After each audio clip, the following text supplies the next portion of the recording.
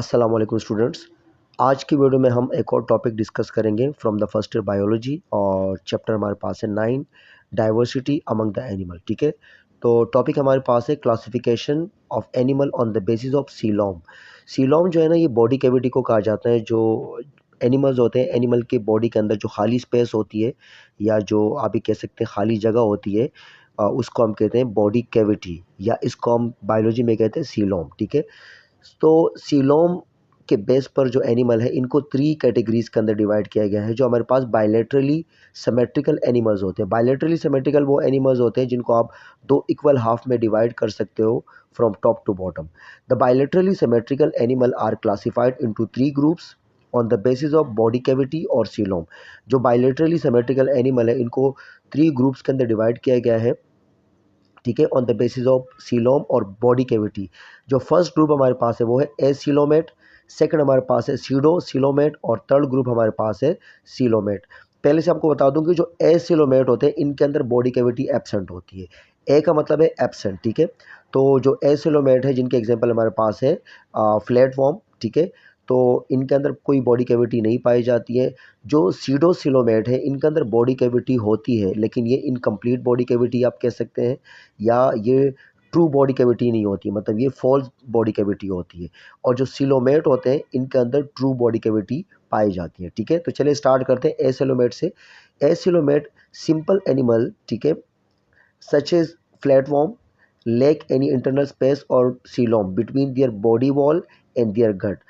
तो जो एसिलोमेट है, इनकी बॉडी में कोई खाली स्पेस नहीं पाई जाती है। लेग का मतलब है एब्सेंट। ठीक है, तो इनके जो बॉडी वॉल है और जो गट है, इनके बीच में आपको कोई खाली स्पेस या कोई कैविटी नज़र नहीं आती है। तो इस वजह से इनको हम एसिलोमेट कहते हैं। यहाँ पर डायग्राम से समझते हैं।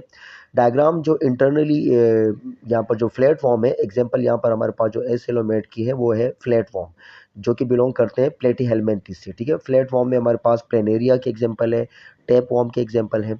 तो यहाँ पर आप इंटरनल इसका क्रॉस सेक्शन देख रहे हैं। एक हमारे पास आउटर लेयर है जो कि है एक्टोडर्म, फिर हमारे पास मिडल लेयर है मेसोडर्म, और फिर हमारे पास इनर लेयर है एंडोडर्म। ये जो एक्टोडर्म है, मेसोडर्म है और जो एंडोडर्म है, इनके बीच में आपको कोई खाली जगह नज़र नहीं आ रही। एक ग्रीन सी लेयर है छोटी सी, ये एक्टोडर्म है। फिर हमारे पास जो रेड लेयर है, ये हमारे पास मेसोडर्म है, और जो येलो है, ये है एंडोडर्म। लेकिन इनके बीच में आपको कोई खाली जगह नज़र नहीं आ रही है। ठीक है, तो ये हमारे पास एसेलोमेट हो गए। नेक्स्ट हमारे पास है सीडोसिलोमेट। सीडोसिलोमेट का मतलब है कि एनिमल्स, वो एनिमल जिनके अंदर बॉडी कैविटी होती है लेकिन ट्रू बॉडी कैविटी नहीं होती है। यहाँ पर सीडो का मतलब है फॉल्स, तो इनके अंदर जो बॉडी कैविटी होती है वो फॉल्स होती है। ठीक है, animals such is round worms, Aschelminthes. जो राउंड वॉर्म्स हमारे पास होते हैं, ये एस्केलमेंथिस से बिलोंग करते हैं, या आप ये कह सकते हैं क्लास नेमाटोडा से बिलोंग करते हैं। Have a cavity throw it is incompletely line with the mesoderm. इनके पास बॉडी कैविटी तो है, लेकिन ये जो मेसोडर्म है, ये कम्प्लीटली इनके इर्द गिर्द जो है ना, वो मेसोडर्म लेयर नहीं होते। ठीक है, आपको यहाँ पर डायग्राम में भी नज़र आ रहे हैं। ठीक है, आउटर लेयर हमारे पास सबसे नीचे वाला जो डायग्राम है, ये सीडोसिलोमेट की डायग्राम है। ठीक है, नेमाटोड जो है मतलब राउंड वॉर्म की डायग्राम है ये। तो इसमें भी एक आउटर लेयर है एक्टोडर्म, फिर हमारे पास मेसोडर्म है, और फिर डायरेक्ट बॉडी कैविटी है, और सबसे इनर पोर्शन में हमारे पास है एंडोडर्म। तो यहाँ पर बॉडी कैविटी तो आपको नज़र आ रही है, लेकिन पहले एक्टोडर्म है, फिर मेसोडर्म है, फिर एंडोडर्म है। मतलब मेसोडर्म के बाद डायरेक्ट आपको बॉडी कैविटी नज़र आ रही है, जो कि ट्रू बॉडी कैविटी नहीं है। ट्रू बॉडी कैविटी वो कैविटी होती है जिनके आगे पीछे, मतलब फ्रंट पे भी और बैक साइड पे भी मेसोडर्म लेयर पाया जाता हो। ठीक, तो हमारे पास वो ट्रू बॉडी कैविटी कहलाती है। यहाँ पर जो हमारे पास सीडोसिलोमेट है, इनके अंदर आप देख रहे हो बैक साइड पे तो आपको मेसोडर्म नज़र आ रहे हैं, लेकिन फ्रंट पे कोई मेसोडर्म लेयर नहीं है। तो इस वजह से इस कैविटी को हम कहते हैं सीडोसिलोम। ठीक है, there is a layer of mesoderms beneath the body wall but not around the gut. आप देख रहे हो कि जो मेसोडर्म की लेयर है वो पीछे है, लेकिन अराउंड गट के आसपास जो है ना, मेसोडर्म लेयर नहीं है। और नेक्स्ट हमारे पास है coelomate, the animal from annelid to chordates. जो एनिलीड से आगे जितने फाइलम है, मतलब मोलस्का है। ठीक है, पहले एनिलीडा है, फिर मोलस्का है, फिर आर्थ्रोपोडा, इकाइनोडर्मेटा।